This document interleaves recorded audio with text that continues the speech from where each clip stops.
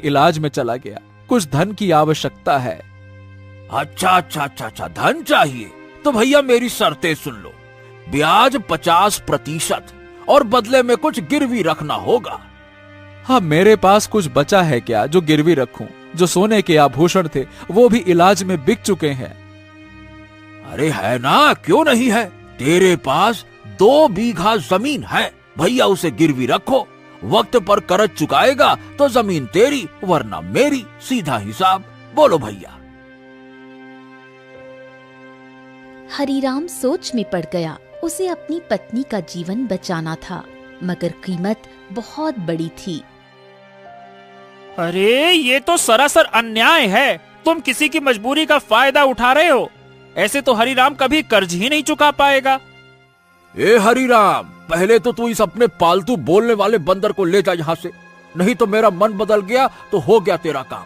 जब से आया है पटर पटर पटर पटर। चुप कर।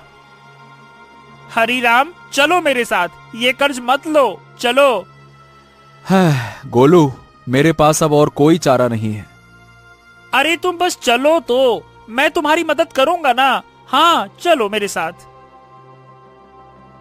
हरिराम गोलू के साथ चला गया। हवेली के भीतर जमींदार और भीमा गुस्से से खौल रहे थे। ए मालिक, हरिराम तो हाथ से निकल गया। अरे चिंता मत कर बेटा, मजबूरी उसे फिर लौट आएगी। कितना दूर जाएगा वो?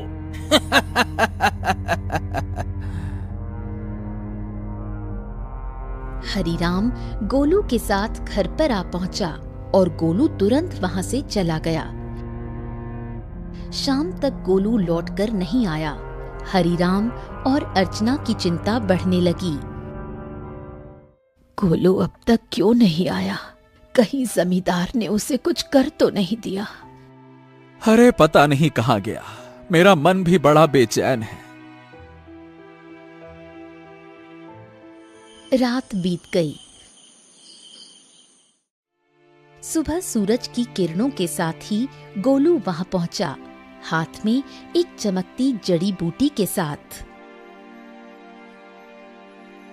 अरे गोलू, तू कहां था? हमें लगा कहीं तुझे कुछ हो तो नहीं गया।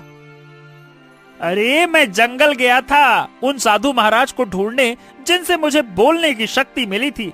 उन्हें मैंने सारी बात बताई और उन्होंने दया करके ये जड़ी बूटी दी है। उन्होंने कहा है कि इससे से बड़ी बीमारी ठीक हो सकती है। हाँ।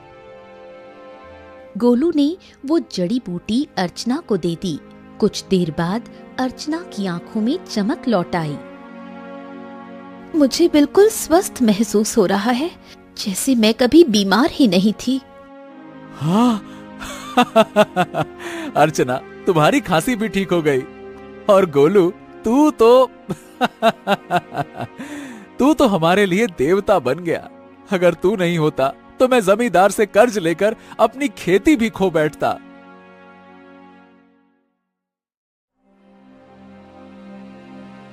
हाँ, अब मेरी पत्नी तो ठीक है, लेकिन खेत में बीज डालने के पैसे तक नहीं बचे। मैं जानता था कि अर्चना के ठीक होने के बाद तुम्हें बीज की जरूरत पड़ेगी, इसीलिए मैं साधु महाराज से बीज भी लेकर आया हूँ। हाँ, ये देखो।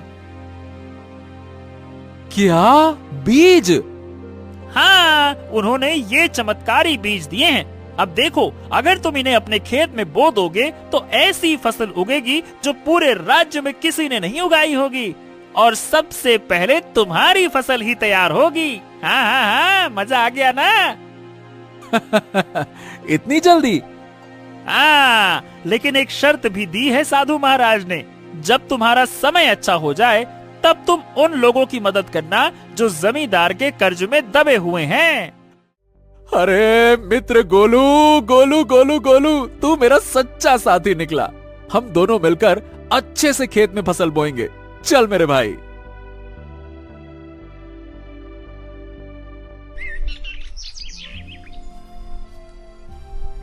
अगले ही दिन हरिराम, गोलू और अर्चना ने मिलकर खेत जोता, बीज बोया और आकाश की ओर देखकर मेहनत का वादा किया। कुछ ही दिनों में हरिराम के खेत में ऐसी फसल लहराई जैसे किसी ने पहले कभी नहीं देखी थी। गांव वाले चकित रह गए। अरे देखो रे देखो, हरिराम के खेत में तो जैसे सोने जैसी फसल लहरा रही है। हाँ हाँ हाँ हाँ हाँ। हाँ, हमारी फसल तो अभी जामी भी नहीं है और इसकी तो फसल भी तैयार हो गई। और उसकी बीवी अर्चना, जो कि महीनों बीमार रही, अब रोज खेत में काम करती है। भैया, ये तो कोई चमत्कार ही लगता है।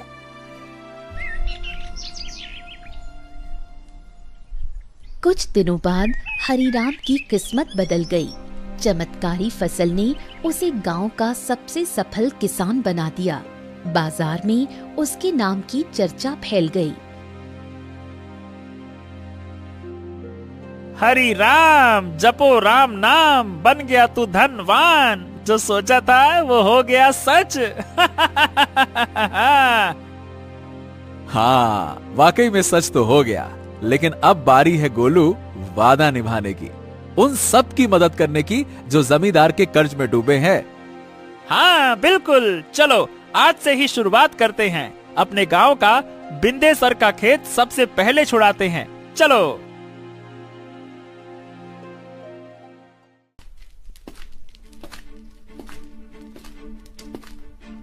हरिराम और गोलू ने अपना मुनाफा इकट्ठा किया और एक एक कर गांव वालों का कर्ज चुकाने लगे। बिंदेसर, भोलू, रज्जो सभी ने अपनी जमीन वापस पा ली। हरिराम भैया, आज आपने हमें नया जीवन दे दिया। सही बताओ, बिल्कुल, बहुत बहुत धन्यवाद।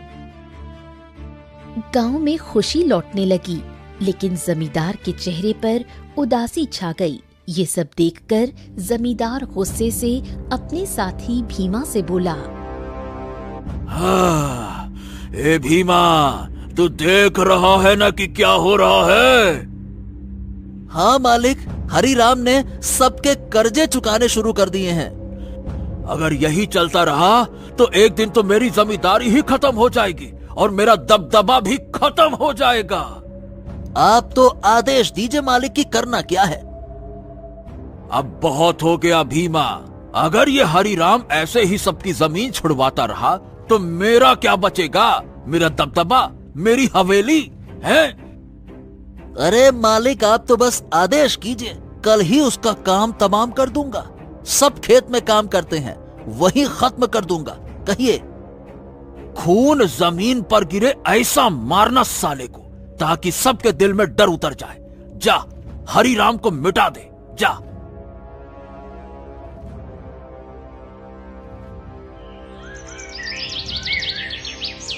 सुबह का सूरज उगा, लेकिन किसी तूफान से पहले की शांति जैसा लग रहा था।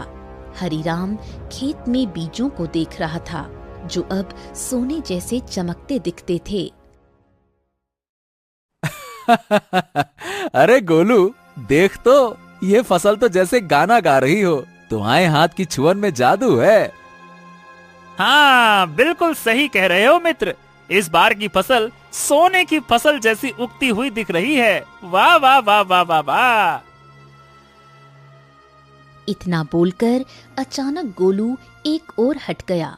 सच तो ये था कि गोलू को किसी की आहट की भनक लग चुकी थी। तभी वहां जमींदार और भीमा आ पहुंचे। भीमा के हाथ में लंबा बर्छा था। हरिराम झुका हुआ था।